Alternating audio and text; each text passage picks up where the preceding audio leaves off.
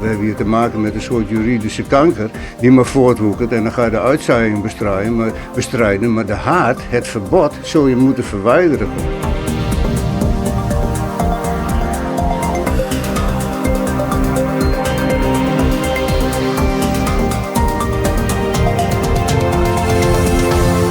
Voor het wetsvoorstel hebben 77 leden gestemd, daartegen 72. Het wetsvoorstel is aangenomen. In a landmark decision, the lower house of the Dutch parliament has voted in favor of tolerating the cultivation of cannabis, a move that would decriminalize the supply aspect of the coffee shop industry. But who is going to supply the coffee shops? Big state-controlled companies like Bedrocan, who is the sole producer for medicinal cannabis in Holland, or greenhouse tomato farmers? What about the original growers, those who are being criminalized because of the illegality of the plant? Are they going to be allowed to grow and become players in the new cannabis market?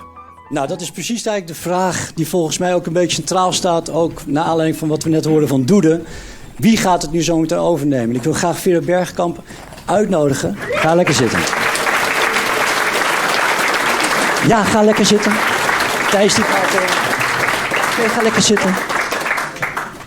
Van harte gefeliciteerd. Laten we daarmee beginnen. Het was een ontzettende opening in het hele debat. Het is een enorme stap in de goede richting. Hoe zie jij zelf eigenlijk deze ontwikkeling? Waar denk je dat we nu staan en hoe ver betreft de Eerste Kamer? Dat soort dingen even kort. Nou ja, volgens mij moeten we eerst even genieten dat we echt een enorme stap in de goede richting hebben gezet. Het is natuurlijk ook altijd belangrijk om naar de toekomst te kijken. Maar ik denk ook, ja, weet je, dit is wel een hele belangrijke stap. We praten 40 jaar over het reguleren van de wietteelt. En ja, er is nu een meerderheid in de Tweede Kamer. Dus ik gun het mezelf ook om een week gewoon nog even een beetje te dromen, zeg maar. Maar de volgende stap is natuurlijk... Ik ben heel blij dat mijn collega Michiel van Nispen hier ook vanavond aanwezig is. Want het is mijn maatje ook geweest in het debat van de SP. De volgende stap is natuurlijk nu om de Eerste Kamer te overtuigen. Maar daartussen zitten nog verkiezingen. En daartussen zit ook nog een formatie van een nieuw kabinet. Dus ja... En is er een moment geweest waarvan je dacht van in die hele situatie van de afgelopen tijd... dat je dacht van dit is het momentum dat ik denk dat het gaat lukken? Is een anekdote? Nou, het was echt heel spannend met de stemmingen. Ik heb altijd gezegd het is pas zeker als het echt zeker is. Dus ik had wel een voorbehoud. Ik weet hoe het gegaan is met de wet van mijn collega Pia Dijkstra over de orgaandonatie. Dat was ook zo vreselijk spannend. Maar vorig jaar in de zomer had ik wel het gevoel... en mijn beleidsondersteuner Floor van der Zee zit daar ook... hadden we het idee toen VNL zei van... ja, we denken erover misschien wel... En toen zei de PvdA, nou, misschien gaan wij ook wel een beetje loskomen van de VVD. Toen kreeg ik hoop. Ja. Je noemde hem al, de SP, je maatje eigenlijk, Michiel van Nispen. Zou je ook graag naar voren komen? Kom, ga lekker zitten. Thijs, wil jij je laptop misschien? Thijs, je laptop misschien even hier plaatsmaken. Ja, die doen het gewoon allemaal goed. Dus je kunt gewoon in je eigen microfoon kunnen jullie zelf praten. Ja, Michiel, en je wordt een beetje het maatje genoemd nu van Vera. En hoe zie je dat zelf? Nou, ik vind dat een hele eer. Ik werk zelf sinds 2007 voor de Tweede Kamerfractie van de SP. Vera zei al, dit debat loopt dus al 40 jaar. Nou, ik heb er dus wel 25% van meegemaakt. En dat is enorm frustrerend al die tijd. Om te zien dat sommige partijen hier zo ideologisch in zitten. Ja. CDA, VVD, ook andere christelijke partijen, ChristenUnie, SGP. Dat er eigenlijk geen zinnig debat mee te voeren was. Ik ben ongelooflijk blij met die doorbraak. Bewerkstelligd door D66. En ik heb ze er echt met alle plezier in gesteund. Maar ik wil er nog wel één ding over zeggen. Aanvankelijk was ik wel sceptisch. Dat weet je ook. Over het wettelijk gedogen. Ja. Want ja, het wettelijk gedogen, ik vond het toch iets geks hebben. Ga je nou in de wet zetten, het blijft strafbaar, maar we gaan het niet vervolgen. Dus ik wilde eigenlijk toen naar geregeld legaliseren. Maar Vera heeft me weten te overtuigen dat dit een hele noodzakelijke stap was in de richting om niet het hele draagvlak te verspelen. En dan nog één ding over die stemming die zo razendspannend was. Eigenlijk is onze woordvoerder Nine Kooijman. Ja. Nine Kooijman die was zwanger, was gelukkig net bevallen. En terwijl zij net bevallen was, is zij dus 1 week na de bevalling speciaal voor deze stemming naar de Tweede Kamer gekomen om de hand op te steken. Dus dat is echt respect. Ja. Ja. Absoluut. Ja, even toch een beetje verschil tussen jullie te hebben. Waar zouden de SP, waar zouden jullie het liefste willen dat het zo uiteindelijk zou uitkomen? Nou, uiteindelijk, ik heb ook niet voor niets een motie ingediend die zegt van ga nou kijken naar die verdragen.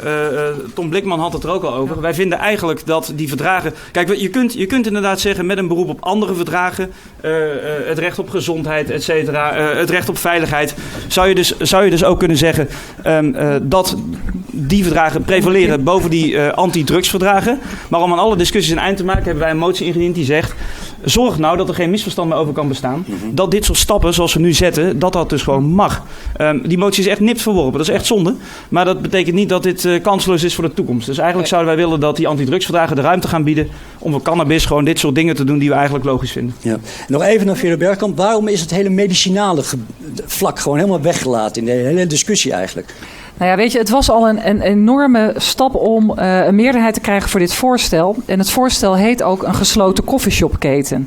Ja, in de volksmond is het de wietwet gaan heten, waardoor mensen ook het idee hebben gekregen dat er alles onder valt. Dat we alles met dit initiatiefwet, dat we dat regelen, dat is niet zo.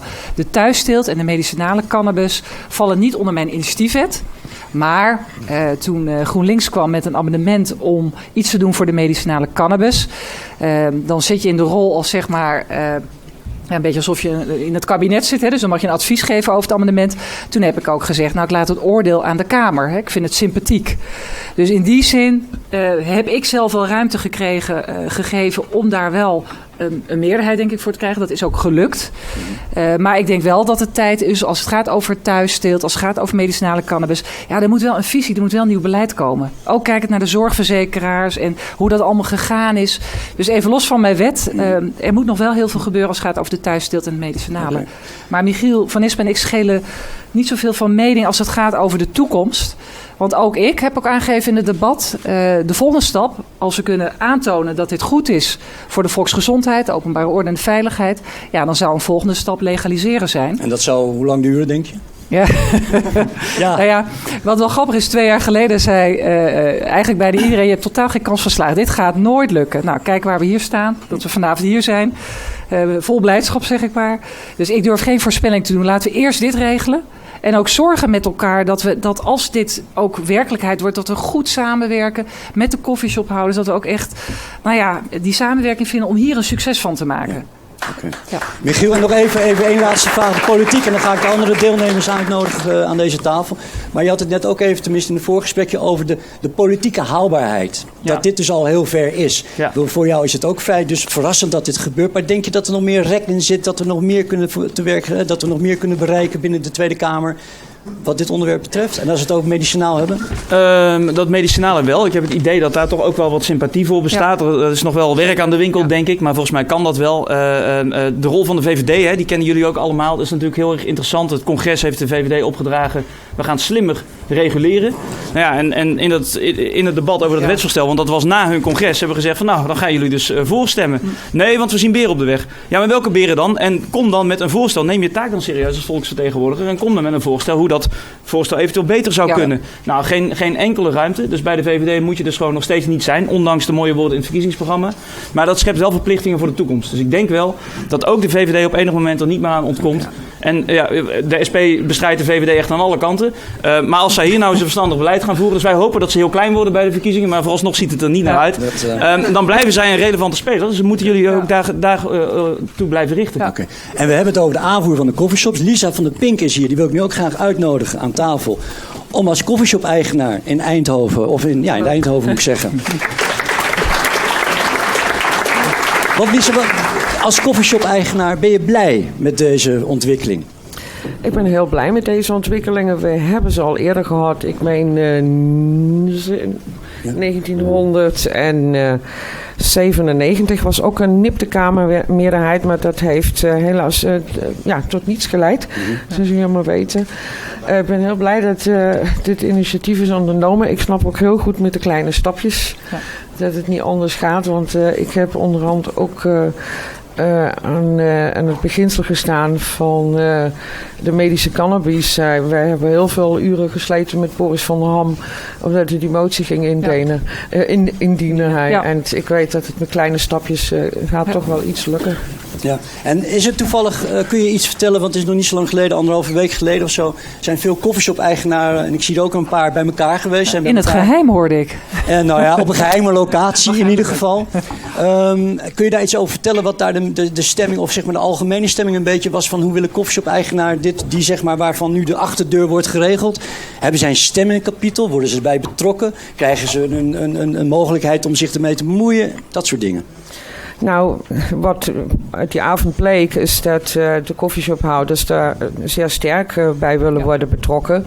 En ik denk dat de expertise ook onmisbaar is. En ze worden gewoon bij. En dat vond zowat iedereen van de aanwezigen. En als je het hebt over de aanvoer van, in een gedoogd aantal mensen die mogen gaan kweken onder voorwaarden, gedoogd die hele. Wat vind je van deze constructie zoals die nu daar ligt, zeg maar? Nou ja, Vera zei net, het gaat met kleine stapjes. Er valt natuurlijk nog heel veel over te zeggen, want ik zie dat de groepen niet bekeken worden, net als die mensen met 5 planten, waar ik me ook denk, die kunnen zich toch ook in een coöperatie gaan manifesteren. En dan laten we ze niet buiten schot. Hè? Want het is nu alleen maar onze achterdeur. Ja. Maar ik denk, die moet je nou niet irgendwaar laten hangen. En ik denk uiteindelijk dat wij ook de telers die nu voor coffeeshops telen, net als een doede daarin mee moeten nemen. Want als je dan toch kijkt naar de artikelen, dat is dadelijk uw pakketje, Vera. Ja. Maar ik heb dit toch maar meegenomen. Het is een artikel en ze beschrijven daar wat ervaringswaarden in Colorado. En daar hebben ze dat niet gedaan. En dan heb je een hele groep met expertise. Daar kunnen zich criminelen maar je bedoelt te zeggen dat ze hebben degene met de know-how, de kwekers van voorheen, houden ze helemaal buiten schot daar? Of tenminste, die gebruiken ze niet, hun know-how gebruiken ze niet voor ontwikkeling. Dat hebben ze niet gedaan, dus dat is een eigen leven gaan leiden. Waardoor een intensieve handel naar de buurstaten is begonnen. En ja, het was ook een duidelijke aanbeveling. Als jullie in Nederland ermee beginnen, neem die groep mee. Want dan gaat dat niet dwalen. En dat vond ik een hele zinnige opmerking. Ja. Volgens mij is dat ook echt heel belangrijk. Ik moet zeggen, bij het maken van deze initiatiefwet, de basis is trouwens gelegd door mijn voorgangster Magda Berndsen. Maar toen ik het van haar overnam, heb ik ook met heel veel mensen gesproken over allerlei dingen. Ook met Tom, ook via de mail en via...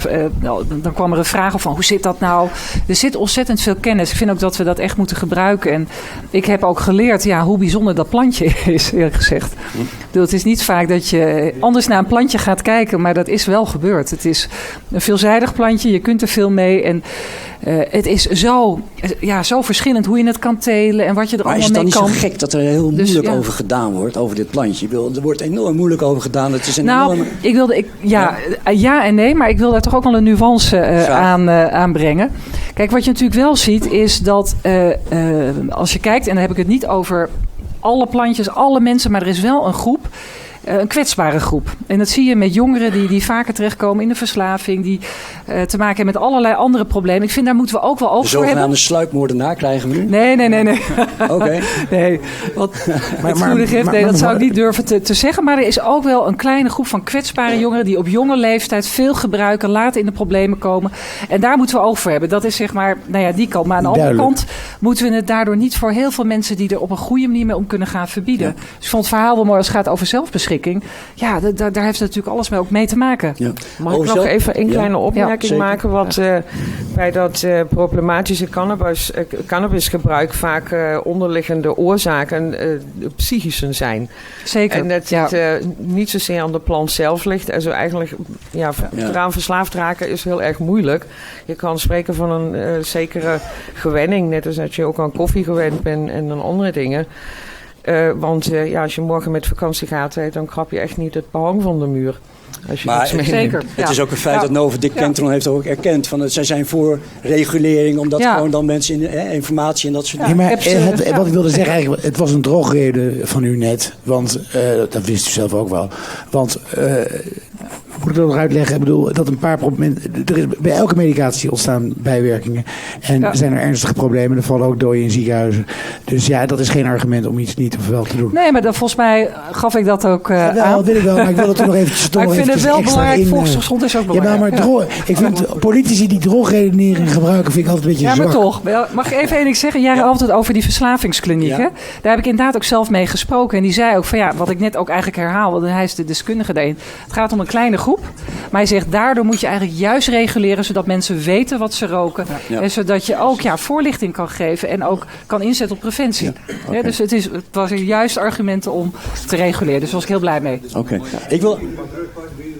Ik wil even de vierde persoon, Maurice Veldman, graag even uitnodigen om er ook even bij te komen. We hebben nog wel een vraag uit de zaal eerst. Ja, oké, we hebben een vraag. Ga lekker zitten, Maurice. Dat mag niet? Okay. Door de huidige regelgeving. Door de huidige regelgeving van de Nederlandse staat zijn toch veel telers eigenlijk uit het criminele circuit. Hoe denkt u die te gaan overtuigen om mee te gaan werken nu in één keer met de staat? Ja. Hoe worden die criminelen weer fatsoenlijke burgers? Ja. Dat is een hele goede vraag. Dat heeft het een belangrijke rol gespeeld in het debat. Wat wij willen is die criminaliteit uit die keten weren.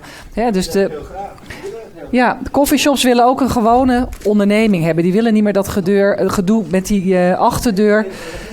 En als we maken die keten gesloten en daar duwen we als het ware die criminaliteit uit. Iemand die al bijna, voor mij 22 jaar of zo, de criminaliteit in ieder geval, de mensen begeleidt. Daarin is advocaat Maurice Veldman. Maurice, wat vind jij eigenlijk van deze hele constructie zoals die nu in ieder geval bij de Eerste Kamer ligt? Nou, de overwinning, laten we het daar even over hebben. Het is het meest hoopvolle ontwikkeling van de afgelopen 25 jaar, denk ik, wat Vera Bergkamp heeft bereikt. Dat is absoluut uniek voor Nederland. Dat er eindelijk een wet is aangenomen in de Tweede Kamer die echt die achterdeur wil reguleren. En alle bezwaren ten spijt, dat is uiteindelijk wat zal moeten gebeuren. Dat kan niet anders. Er zijn een paar dingen niet geregeld, waaronder de thuisteelt en de medicinale patiënten. Maar daar kom ik zo nog wel op. Maar dit is gewoon de grootste overwinning in cannabisland van de afgelopen decennia. Absoluut. En denk je ook dat het nu inderdaad ook in bepaalde mate doorgaat? Of is het nu zo dat zometeen deze wet en dan vervolgens gaan we heel klein experimenteren, gedogen en dan op kleine schaal en... Nou ja, God weet wanneer we eindelijk eens een keer een beetje doorbreken echt. Nou, ik vrees dat deze wet niet door de Eerste Kamer zal gaan vanwege het grote aantal neoliberale rechtse elementen. En dan wordt het afwachten geblazen. En dan moeten we nog een paar jaar de respijt hebben. Dat kan dan niet anders. En de coffeeshops gaan gewoon door. Want daar wil het ministerie niet vanaf. Ja. Ik heb nog eens een keer gezegd, waarom sluiten jullie niet alle coffeeshops? Nee, dat wilden ze in het college van procureurs-generaal niet. Ze kunnen niet zonder de coffeeshops. Maar wat ze wel willen, dat weten ze zelf ook niet. En dit is het eerste goede initiatief dat nu op tafel ligt. Maar ik denk dat het nog wel heel lang gaat duren. Ik heb wel één vraagje, toch even ook persoonlijk ook gericht. Waarom is dat medicinale niet? Ik weet, je zegt het is te veel, te complex, we konden niet alles meenemen. Maar het medicinale is toch precies de vioolmuziek die je nodig hebt. Dat kan je toch het eerste makkelijke fixen? Ja, het is ook niet zo geweest dat ik het niet belangrijk vond om te regelen. Maar het paste niet zeg maar in het plaatje van een gesloten coffeeshopketen. Daar ging het echt over het recreatieve gebruik en niet het medicinale gebruik. Ja, dus dan had je ook een ander... 80% van de patiënten koopt nu al in de coffeeshop, sorry dat ik je onderbreek. Omdat de kwaliteit van de medewiet niet sterk genoeg is. Ja, ik vind het dus ook belangrijk, los van even de wet, waar dat niet onder valt omdat dat gewoon een gesloten coffeeshopketen is, vind ik wel dat er beleid moet komen. Ik vind het echt, als het gaat over de zorgverzekeraars die het nu niet meer vergoeden, ik krijg ontzettend veel mailtjes van mensen daarover en het is echt een probleem. En dat vind ik ook echt schrijnend. Daar hebben wij wat op gevonden, als ik daarop mag reageren. Ja. Een initiatief van Doede de Jong en enkele anderen, waaronder ook het VOC die er al jaren over spreekt, is dat wij de komende maanden een bodemprocedure tegen de staat der Nederlanden gaan starten. Met als eisers een aantal kankerpatiënten, de vereniging patiënten, medicinale patiënten en nog veel andere. Ook het VOC zal als eiser optreden. En dan gaan wij een beroep doen op een aantal internationale mensenrechten die voor staten die verdragen hebben getekend, waaronder Nederland, de verplichting opleggen om voor burgers te waken voor hun recht op gezondheid en zelfbeschikking. En wat medicinale patiënten nu gebeurt, is dat ze feitelijk het recht worden ontzegd om hennepolie te gebruiken, waardoor ze op de been blijven. Hier, Jan Dijkstra hier aanwezig, die gebruikt hennepolie en die moet het zelf maken of daar op illegale wijze aankomen. Terwijl hij daardoor juist op de been blijft. Er wordt als harddruk bestempeld. In de Apollionzaak van de gekken is zelfs CBD-olie als harddruk aangemeten. De grondstoffen om CBD-olie te maken zijn ineens verboden, terwijl het in heel Europa is toegestaan. Ja. Nederland is een totaal achterlijke weg ingeslagen. En daarom gaan wij tegen de staat procederen en moet de landsadvocaat binnenkort uitleggen waarom iemand als Jan niet het recht toekomt om zijn kanker de baas te blijven door hennepolie te gebruiken. Hebben jullie er geld voor nodig? Wauw. Hebben jullie er geld voor die zaak? Die bodemprocedure. Wie betaalt jullie advocaten en zo? Daar gaan we wij zijn net 2 weken geleden met dit plan begonnen. Ik heb al contact gehad met civiele specialisten. En die geven het een hele goede kans, omdat we ook wetenschappelijk bewijs hebben van onder andere Joost uit zijn onderzoeken, dat het in Amerika en in Israël zijn al de eerste resultaten bekend, dat het ook daadwerkelijk effect heeft op het bestrijden van sommige ziektes en pijn. Maar zijn dat genoeg? En met dat argument in de hand kan de staat nooit beweren dat een stof die de volksgezondheid dient, hennepolie, als een harddruk wordt beschouwd. Maar is dat genoeg ook resultaat voor het Zorginstituut om bij te draaien dat ze wel de verzekeraars nu gaan adviseren, of in ieder geval de ministerie te adviseren om wel te vergoeden? Dat weet ik niet. Ik zit niet in die clubs. Nee, maar het is een van de redenen waarom het recht op gezondheid wordt ontzegd. Omdat burgers geen gebruik kunnen maken van zorgverzekeringen. Ja. Omdat alles wat met cannabis te maken heeft niet meer wordt vergoed. Terwijl mensen aantoonbaar op de been blijven en het wel degelijk helpt. Ja, ik wil er nog iets aan toevoegen. Ik had nog een stukje gevonden en dat is Nederlands staatsrecht. Hè? De Hoge Raad der Nederlanden ziet toe 1. op bescherming der minderheden. 2. op de strafrechtpleging in het Koninkrijk. Let wel, in die volgorde. Dat vind ik niet onbelangrijk. Ja. En het is begonnen met een schrikkelarrest, waar de officier van justitie meer bewijslast heeft gekregen en het in wezen negatief was voor de minderheid. En zo gaat dit alsmaar. Die prioriteit wordt niet gesteld. Er is een verkeerde gang van zaken. En als er dadelijk nog geargumenteerd wordt in de Eerste Kamer, vind ik dit een argument. Ja. Ik wil even teruggaan ook naar degene die met de kweek bezig zijn. We hebben net dat kleine filmpje, zeg maar even, van waar gaan we naartoe? 1 groot of 2 grote kwekers die gaan kweken, of wordt het de coöperatie? In hoeverre zijn mensen die nu bezig zijn in de kweek, en dat leg ik even neer bij de politiek wat dat betreft, die zijn gepakt en die puur op wiet zijn gepakt. Dus niet zozeer omdat ze wapenhandel of vrouwenhandel of weet ik veel wat allemaal, maar puur op cannabis. Strafblad hebben. Hebben die zometeen een mogelijkheid om zeg maar, zich in te schrijven voor gedoogsituaties zodat ze kunnen leveren aan coffeeshops? Nou, als je kijkt, de minister gaat uiteindelijk beoordelen aan de hand van een aantal eisen welke telers een gedoogbeschikking krijgen, zoals dat heet, gedoogbesluit. Daarbij kan ze, dus we hebben niet in de wet aangegeven dat ze dat moet, maar ze kan een bibop doen. Dus dat is nog een open vraag. En natuurlijk moet daar gewoon met wijsheid naar gekeken worden. Ja. Dus daar kan ik als shophouder ook iets over zeggen. Want bijvoorbeeld in Nederland is het coffeeshopbeleid gemeentebeleid. En de burgemeester heeft de mogelijkheid om het advies van de bibop-ambtenaar naast zich neer te leggen. Exact. Ja. En dat hebben we dus ook overgenomen in onze wet. Dus ook dat de burgemeester kan. En dat hebben we dus ook voor de minister opgenomen. Ja. Dus er zit ruimte en er zit een stuk vrijheid in. Ik ben het daarmee eens. Ik zou die groep ook zeker niet bij voorbaat uit willen sluiten. Even heel kort. Mm-hmm. Ja. Want je verliest daar denk ik veel know-how en de liefde voor de mensen die echt... Als je kijkt naar moet je minister worden, dan kan je het... Hey Maurice, en wat denk jij wat betreft de kwekers die jij hebt bijgestaan? In hoeverre zouden die daar open voor staan en ook zin in hebben om het helemaal op een andere manier te doen? Want je moet etiketteren, je moet gaan testen, je moet van alles nog wat gaan doen. Je moet via good agricultural practice gaan werken volgens mij. Er zijn heel veel telers die dat heel graag zouden willen. Die zouden zeker een legale status willen krijgen. En coffeeshops die zijn het helemaal zat om afhankelijk te zijn van huistelers met brandgevaarlijke situaties. Die hebben liever de helft minder winst dan dat ze nog langer moeten afnemen bij de zogenaamde onderwereld. Die willen echt een volwaardig ondernemerschap hebben. En dat zijn ze al. Alleen zijn ze nog gedwongen op de illegale markt in te komen. Er moet echt een einde aan komen. Maar wat ik wel grappig vind, sinds deze wet krijg ik heel veel verzoeken van mensen die zeggen, ik wil teler worden. En die denken dan... ik denk dat hier in de zaal misschien ook al een paar zitten. Zo van, goh Vera, wat moet ik doen om het... Maar het is echt heel verschillend van mensen die er al in de tuin bouwen tot en met mensen die echt totaal niks daarmee hebben, maar wel al zeggen, ja, daar zou ik wat in willen doen. Dus volgens mij biedt het ook wel ruimte voor nieuwe initiatieven, denk ik. Als ik zo kijk naar de reacties die ik in ieder geval heb gekregen. Zijn er al vragen uit de zaal of mensen die iets prangends iets vragen? Wacht even. En graag even staan. Want even kijken, wie was er eerst? Jij was eigenlijk net al een beetje, dus dat kom je zo weer. Ja, misschien niet onbelangrijk, maar hoe denk je de wet door de Eerste Kamer te krijgen? Ja, dat is een hele belangrijke. Kijk, wat ik heb gedaan om de wet door de Tweede Kamer te krijgen, is natuurlijk gewoon ook met alle partijen gaan praten, de kleine partijen. En het is ook een beetje sprokkelen geweest. Als het gaat over de Eerste Kamer, dan zijn er 2 partijen die heel bepalend zijn.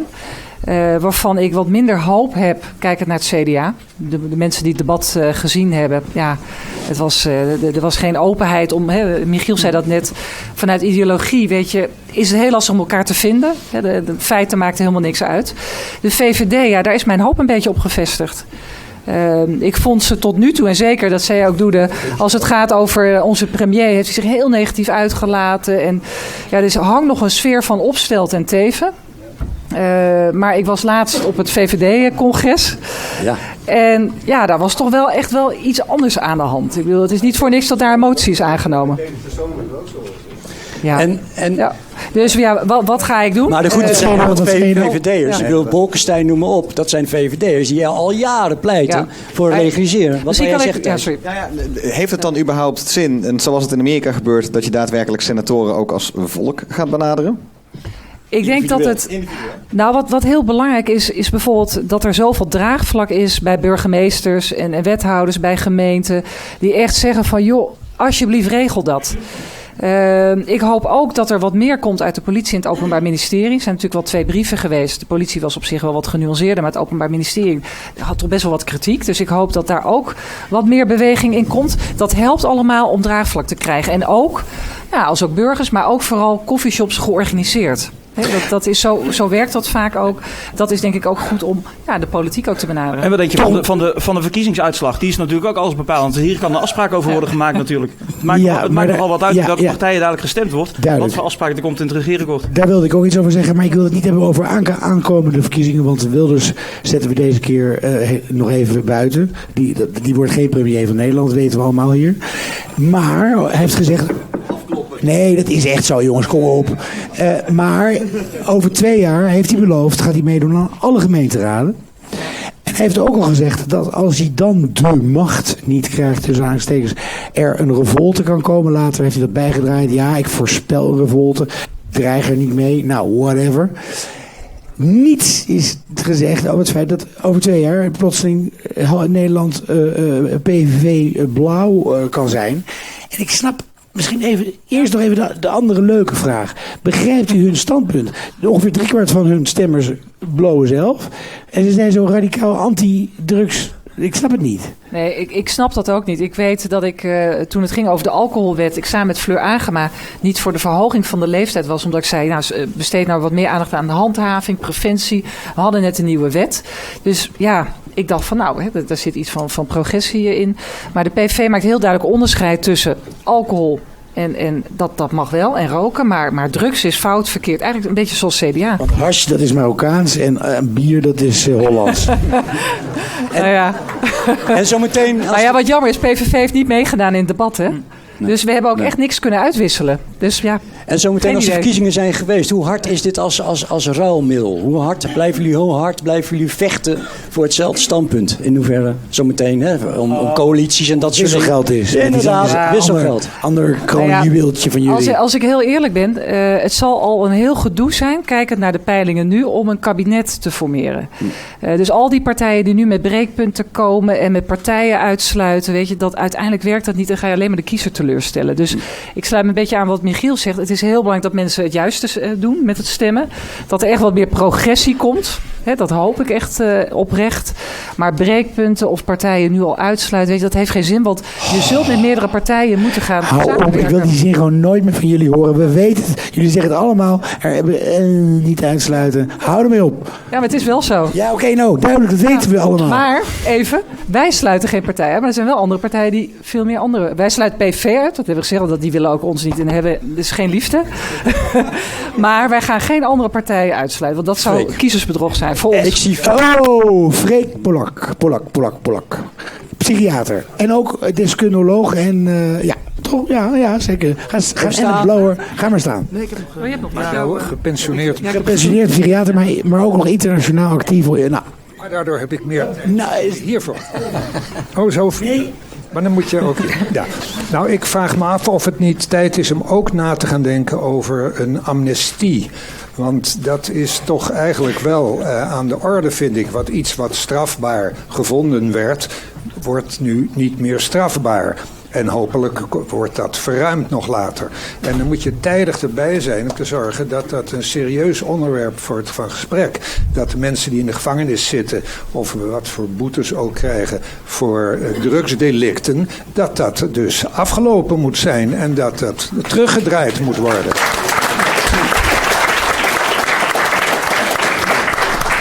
Ja, wat vinden jullie daarvan?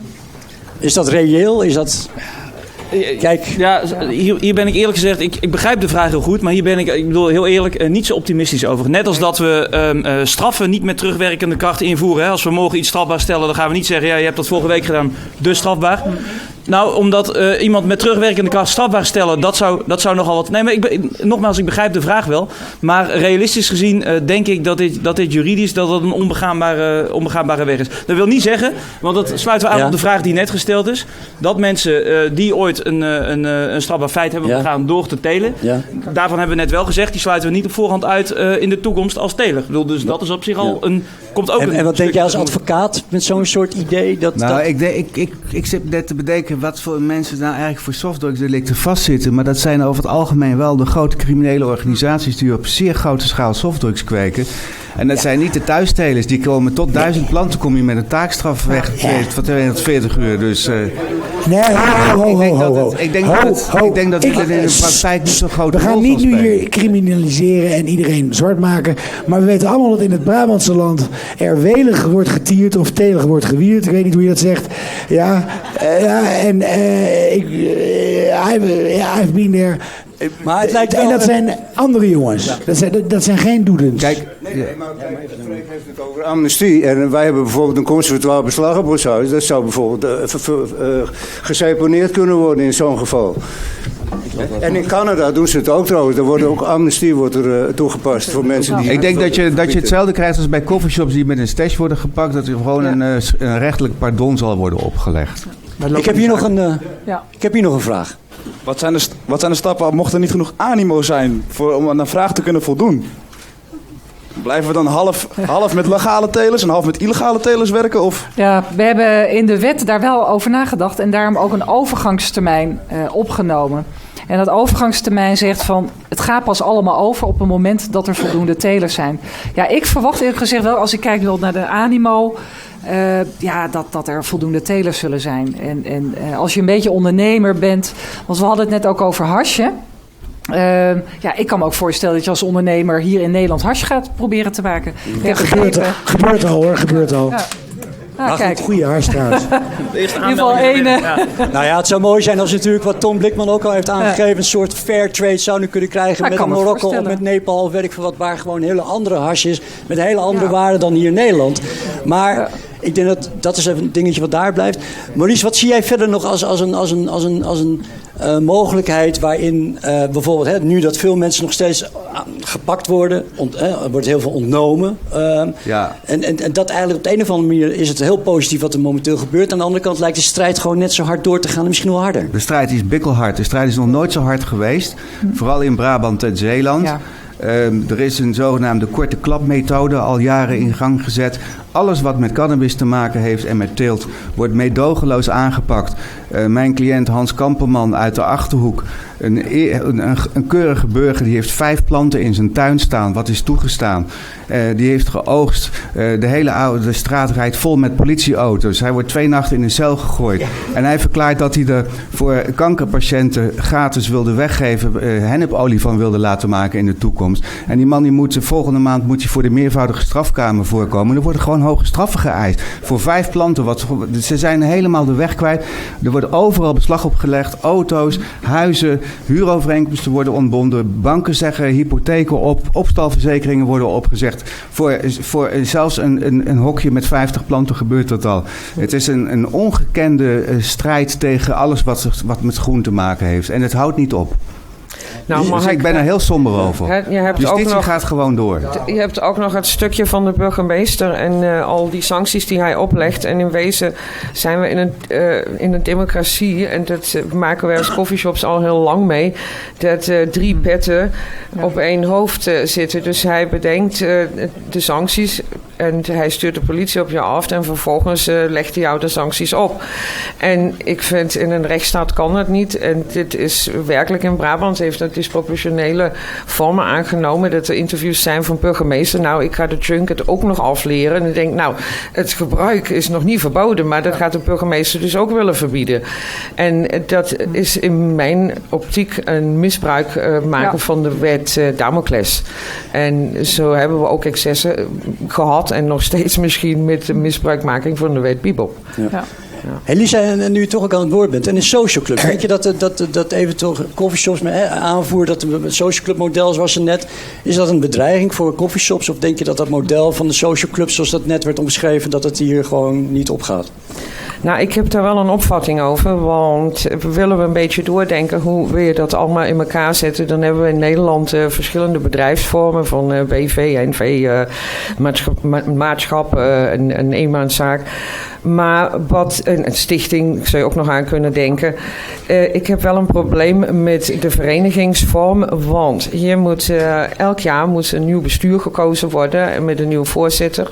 En dat betekent dat een burgemeester elk jaar opnieuw weer in zo'n groep dat vertrouwen moet schenken. En laat me wel wezen, ik kom heel lang uit het verleden verenigingsleven. Je moet ook denken aan een agressieve overname. Ja. Je hebt, er komen nieuwe leden en een nieuw bestuur en de oude leden lopen weg, want die zijn niet meer blij. En in één keer heb je een heel ander regime. En dat kan ook er kunnen ook criminelen zijn die dat over kunnen nemen. En dat is bij bedrijfsvormen, oftewel een stichting of een maatschap of iets dergelijks, minder snel aan de hand. Dus ik ben niet werkelijk een voorstander voor dit soort systeempjes. En ja, als ik nou toch nog eens een keer kijk wat Colorado schrijft, is er blijkbaar op dit soort constructies heel weinig zicht.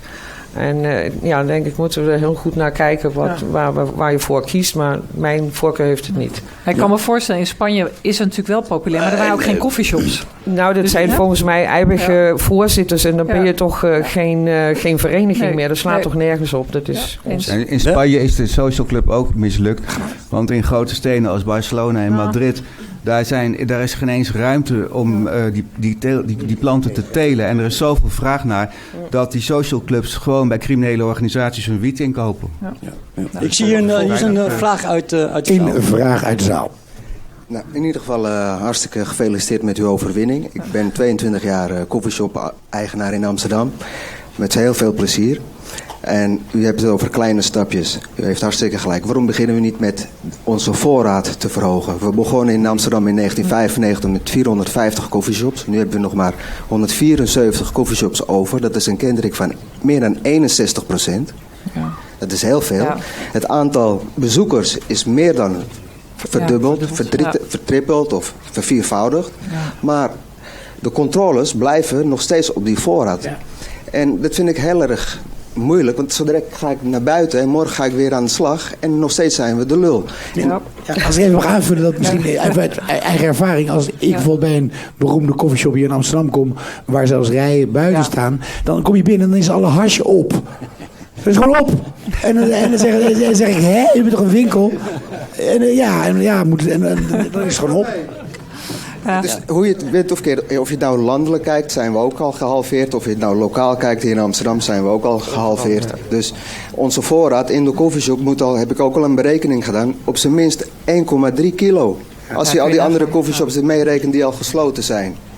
Het is net als een organisch beleid, maar daar houden ze totaal geen rekening mee. Het is alleen maar repressie. Punt is duidelijk. Weet je, ik vind, als het kijkt naar het beleid in Amsterdam, vind ik het ook echt heel slecht dat heel veel coffeeshops moesten sluiten. Ik bedoel dat ook hoe heet het, Mellow Yellow en wat toch ook een begrip was in Amsterdam. Dus dat vind ik echt slecht. En je ziet het resultaat. Lange rijen bij de bestaande coffeeshops. En inderdaad, je komt niet meer uit met je voorraad. Maar toch denk ik, als het gaat over lokaal beleid, dan is die vrijheid er nu niet, helaas. Hè? Dus op het moment je een grotere voorraad, dan ben je helemaal in strijd. Ben je ook echt strafbaar. Dus ja, volgens mij, ik zeg wel, het zijn kleine stapjes. Maar als we dit regelen, En daar is echt mijn hoop op gevestigd. Dan zijn we wel het enige land in Europa die dit zo geregeld heeft. Ja. Dus daar is mijn hoop op gevestigd om het goed te doen. En niet om nu al kleine dingetjes te doen. Want nogmaals, daar ben je nu al dan strafbaar in helaas. Ja. Oké. Ik heb nog een vraag hier. Nog 2 vragen aan deze kant. En anders nog daarin. Ik loop even hierheen. Ik loop even naar dus even kijken. U mag eerst. Ja. Mijn vraag is voornamelijk over hoe die door de Eerste... u wilt hem door de Eerste Kamer loodsen natuurlijk. Ja. U sprak over we moeten breed draagvlak creëren. Ik geloof dat er is onder veel verschillende groeperingen. Politie, Nova de Kentron... heel veel gemeentes hebben het manifest getekend natuurlijk. Dat ze iets willen gaan doen. We hebben gebruikersverenigingen. We hebben coffeeshops die zelf met initiatieven komen om zelfregulatie ook toe te passen. Is het een idee om een forum of een organisatie op te richten... om die mensen samen in gesprek te laten komen? Om dus met een advies te komen. Ook hoe kunnen we vooruit gaan? En hoe kunnen we de Eerste Kamer overtuigen? Nou, ik vind dat heel mooi eigenlijk. Ik denk, alles wat er nu gebeurt vanuit de sector zelf... vanuit mensen die betrokken zijn bij het onderwerp... om samen dingen te doen, ja, daar zit je kracht. Ik moet zeggen ook, ik vond de reacties... naar aanleiding van de Tweede Kamermeerderheid... ook door de sector... ja, vond ik heel sterk, weet je. Dat was echt positief. Want je moet natuurlijk oppassen op het moment dat de sector zegt... van ja, we vinden dit niet fijn... of een zus moet beter en zo. Ja, dan denkt de Kamer ook van ja, lekker, dan heb je iets geregeld... en dan de sector wil het niet. Dus ik was blij met die verenigde reactie... En ik denk dat het goed is om nu als sector ook na te denken... met belangenorganisaties en mensen die daar expert in zijn... ja, hoe kunnen we ons voorbereiden als sector... dat als het eenmaal lukt... wel een voorbehoud, zeg ik erbij... dat je in ieder geval klaar bent. Dat zou hartstikke mooi zijn. Ja, goed initiatief. Ik heb hier nog even een vraag van August. Ogenblikje. August de Loor. Nou, het is niet zozeer een vraag... maar ik sluit me volkomen bij Vera aan... dat... Kijk, na 50 jaar coffeeshops en 40 jaar gedoogbeleid... is dit een doorbraak wat zij gecreëerd heeft. En eigenlijk is het een oproep... vooral naar de coffeeshopbranche... en alles wat achter de achterdeur is... wat ze aan kleinschalige kwekers hebben ontwikkeld... in de afgelopen decennia... dat daar het belangrijkste uitdaging ligt. Unite. Jullie moeten echt... Ja. En dan, ik vind van het allergrootste belang wat Vera ook aangeeft... dat er ook kwetsbare groepen zijn. Met andere woorden, er moeten ook handreiken gedaan worden... vanuit de gezondheidszorg, enzovoort. Om dat woord dan door te zetten ten aanzien van de medische toepassingen van cannabis... vind ik het van belang dat... ik zit nou de CBD-denktankgroep voor... dat als je met artsen praat, met apotheken praat... Ik ben vanmiddag nog bij het AMC geweest... over de psychotherapeutische toepassing van cannabis. Allemaal zeggen ze, het moet niet alleen CBD blijven... het moet ook THC, CBD blijven. Maar allemaal zeggen ze, de enige doorbraak om dat voor elkaar te krijgen... is dat de eerste lijn gezondheidszorg en de eerste lijn geestgezondheidszorg... daarachter gaat staan. Maar die zeggen van hun kant... we willen zo weinig mogelijk associaties met de recreatieve kant van cannabisgebruik. En dat is een heel belangrijk punt. Okay. Dat is eigenlijk een beetje de hele tijd al het probleem geweest... om het medicinaal en het recreatieve te mengen... omdat er wordt gezegd dat het medicinaal wordt geregeld. Er zijn de recreanten de dupe, dan worden die kaart aangepakt. Maar wat je net zei, Unite...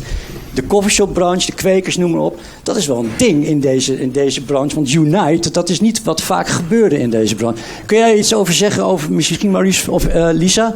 van de samenwerking in de branche... met coffeeshop-eigenaren, kwekers... diegenen die de politiek zeg maar, zouden moeten adviseren? Is daar een bepaalde samenwerking? Is er een goede Unite, wat August zegt? En meteen graag een vraag uit de zaal die hier ook op betrekking heeft. Nou... Zal ik die vraag nou beantwoorden? Oké. Er zijn heel veel verenigingen van coffeeshops in heel wat steden. En als ik het zo bij elkaar tel, dan komen we denk ik van de 600 bij de 200 shops. Ik denk dat je vrijwillig lid bent, is dat een zeer hoog percentage. Want het is een 1/3. Dat denk ik kan de Koninklijke Horeca Nederland nooit ophoesten. En dan is er een landelijk overleg waar alle voorzitters bij elkaar zitten. En ik kan wel niet zeggen dat dit altijd zeer frequent is, want omdat het coffeeshopbeleid gemeentebeleid is, heb je niet altijd dezelfde raakvlakken. Hè? Je had in het zuiden had je een I- en een B-criterium, in het noorden niet. Nou, hoeveel empathie kan je opwekken bij collega's? Dat moet je dan toch een beetje zelf doen. Maar net als die achterdeur, er zijn weer zoveel raakvlakken dat daar wel weer gesproken wordt. Dus er zijn wel degelijk vehikels waar je mee kan spreken. Oké. Michael. Ja, leuke vraag. Ik had een vraag van een gemene vraag. Coffeeshop mevrouw. Wat is eigenlijk het belang van een coffeeshophouder om te reguleren? Ik heb het idee dat je het ideaal als het niet gereguleerd is, want je kan er goed mee belasting ontduiken. Het is een sluitpost op je boekhouding. Het enige idee wat ik kan bedenken is, mijn ouders die zien coffeeshops, het komt een beetje in hetzelfde hoekje als bordelen, in het schimmige gebeuren. En dat u daaruit wil, kan ik me voorstellen. Maar wat is nou de echte reden dat u wilt reguleren? Nou, ik zou graag een keer uit die stress willen komen van de dagelijkse spagaat met 500 gram. En de ondernemers die ik ken, die betalen allemaal gewoon hun belasting. En het is hier ook niet zo dat er enige noodzaak bestaat om de belasting te ontduiken. En ik zou er heel erg voor zijn. Je kan natuurlijk nog zeggen, wel, het zou ten nadele zijn als je alleen maar een paar grote spelers op de markt krijgt en een eenzijdig aanbod. En wij lossen andere zaken sociologisch niet op. Maar in principe ben ik ervoor. En ik proef ook dat een groot deel van de branche het is. En natuurlijk zijn er een paar enkelingen vrije jongens die denken ik zal het altijd zo willen houden. Maar dat zijn er niet zoveel. Nee. Nog een vraag uit de zaal. Nog één vraag daar in de hoek en dan ronden we langzaam af. Oh, maar ik heb deze mevrouw echt ontzettend beloofd. Doe maar. En echt te erg. Ik had een korte vraag. Dat was eigenlijk aan Vera Bergkamp. Wat is er misgegaan met het Openbaar Ministerie? Waarom hebben die zo'n gesloten houding? En vinden ze het zo belangrijk dat het kennelijk tot hun terrein blijft behoren? Terwijl het heel veel geld kost en ze die capaciteit anders zouden kunnen inzetten. Wat is daar de miscommunicatie? Ja, ik was ook wat verbaasd over de brief. Dat was de mensen die het debat gevolgd hebben, die hebben volgens mij dat ook kunnen meemaken. Als je kijkt dat we doen eigenlijk 2 dingen in de initiatiefwet. We zorgen dat de gemeente bevoegdheden krijgt. Als het gaat over het vaststellen van het lokaal beleid, de burgemeester. En als het gaat over de teelt, dan is de minister van Volksgezondheid in de lead. Het Openbaar Ministerie, net zoals de politie, is gewend om landelijk te werken. Om veel bevoegdheden te krijgen. Wij hebben ervoor gekozen om het onderwerp langzaam in het bestuursrecht te trekken en uit het strafrecht. Ja, het Openbaar Ministerie is natuurlijk een strafrechtorganisatie. En ja, je ziet dus dat die overgang, die verandering, dat lastig is. Het is een vorm van decentraliseren, zou je kunnen zeggen. En mensen zijn dan bang vaak, dat zagen we bij de politie en het Openbaar Ministerie, dat er dan verschillen ontstaan. Denken wij, dat is ook prima, want er zijn lokaal ook verschillen. Er is een verschil tussen Amsterdam met heel veel toeristen ten opzichte van weer andere gemeenten. Maar dat vul ik in. Dat is de ideeën wat wij hebben waarom zij negatief zijn. Maar ik moet zeggen, ik heb ook wel met mensen gesproken die daar toch ook wel weer anders over denken. Dus er is ook wel ontwikkeling ook daar. Maar Michiel, jullie achterban, SP, jullie hebben veel ook politiemensen en dat soort dingen, vakbonden, OM bij wijze van, even door. Want jullie berichten daarover, tenminste wat jullie te horen krijgen vanuit dat veld. Nou, dat sluit hierop aan. Het is inderdaad een beetje de angst van, dan moeten we daar zo gaan werken en dan moeten we daar zo gaan werken. Dat vinden ze denk ik heel erg ingewikkeld. Maar ik moet wel opmerken, er is tijdens het Kamerdebat wel erg eenzijdig uit die brieven geciteerd. Ja, absoluut. Als het beeld ontstaat en je hebt die brief zelf niet helemaal gefileerd, dat ze super kritisch zijn. Nou, ze zijn kritisch. Ik had een andere brief gehoopt, maar het valt ook wel mee. Ik had ook andere zinnen kunnen citeren. Ja, en er zijn genoeg geluiden uit het OM geweest de afgelopen jaren die het ingezonden brieven ook tegenoverstelden. Daar was nog een vraag. De laatste vraag ook, dames en heren, want het is 9:15. We moeten nog bier drinken en misschien wel roken of verdampen of hoe heet dat niet meer nou? Dabben? Dabbing? Inhoud. Een vraag uit de zaal. Ja. De laatste. We're going to vaporize. Ik kom uit Haarlem. Ik heb daar 11 jaar in de gemeenteraad gezeten. Inderdaad, lokaal beleid. Daar hebben wij keurmerk coffeeshops uniek voor Nederland in weten te stellen. Waardoor de kwaliteit van een en ander ook gegarandeerd kan worden. In ieder geval op termijn. Als ik een paar hectare brandnetels wil verbouwen, hoef ik daar niets voor te verzoeken. Die meneer vraagt, wat is het belang van die coffeeshophouders? Dat is die kwaliteit. Dat is het waarborgen van die kwaliteit. Dat is ontzettend belangrijk. En nou kom ik op mijn punt. Zorgplicht van de overheid, die decennia lang gedoogt dat je die spullen kunt kopen, gelukkig. Hè? hoe hypocriet ben je als je vervolgens niet wil weten wat de kwaliteit is? Ja. Nou, volgens mij zeg ik Nou, mooi afsluiten. Mooi afsluiten. Ik heb nog even één dingetje. Ik wil toch even aan Tom Blikman nog even vragen van hoe wordt in de rest van de wereld naar ons gekeken nu? Want met dit, sinds het wetsvoorstel door de Tweede Kamer, is dat hoopgevend? Kun je staan? Ja, nou ja, wat ik een beetje merk is een soort reactie van hè. Want Uruguay is ons al voorgegaan en Canada gaat het ook doen. Dus iedereen zat een beetje te wachten op, waar zijn die Nederlanders nou eigenlijk? Ik denk dat het wel belangrijk is, want Nederland is wel het eerste Europese land wat dit gaat doen. En dat gaat ook binnen de Europese verband gaat er discussies opleveren. Maar je ziet ook dat Portugal heeft het niet gereguleerd. Nee. Ja, nee, maar dat is wat anders dan. Maar wat je ziet is dat je, net als eigenlijk in Nederland, waar de belangrijkste push om het te veranderen toch van het lokale niveau kwam, samen met activisten en de koffieshophouders. Dat zie je ook in andere landen in Europa gebeuren. In Duitsland zijn er al 20 steden die af en toe praten van, nou ja, wij willen dit eigenlijk ook. We willen ook een gereguleerde, en ze hebben van Nederland geleerd, ze willen een gereguleerde verkoop met een gereguleerde aanvoer. Dezelfde discussie speelt in Denemarken bijvoorbeeld. De stad Kopenhagen wil al jaren dat ze een soort koffieshopsysteem hebben met gereguleerde aanvoer. Nou, waar we het net over hadden, Spanje, er zijn 800 tot 1000 social clubs. Daar ook verschillende steden willen dat gaan reguleren. Zelfs verschillende autonome regio's, zoals Catalonië en Baskeland en Navarra. Die willen dat ook gaan reguleren. Dus je ziet in heel Europa wel een duw naar regulering. Dus en Nederland, dat dit nu juist gebeurt, nu in Nederland, wordt hier toch weer een klein doorbraakje geforceerd. Wat ook in die andere landen mensen weer hoop geeft of energie geeft om daar wat mee te doen, denk ik.